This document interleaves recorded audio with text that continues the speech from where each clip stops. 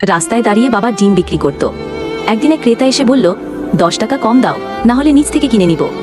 বাবা একটুও প্রতিবাদ করল না, শুধু বলল, ভালো, নিচ থেকেই নিও ভাই, বাচ্চার জন্য একটু চাল কিনতে হবে।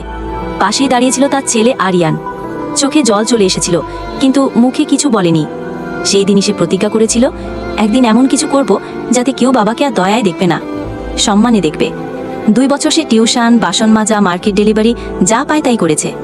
সেই টাকায় সে অনলাইন কোর্সে ভর্তি হলো, নিজেই ফ্রিল্যান্সিং শিখল, দিনের পর দিন ঘুম না করে কাজ করলো।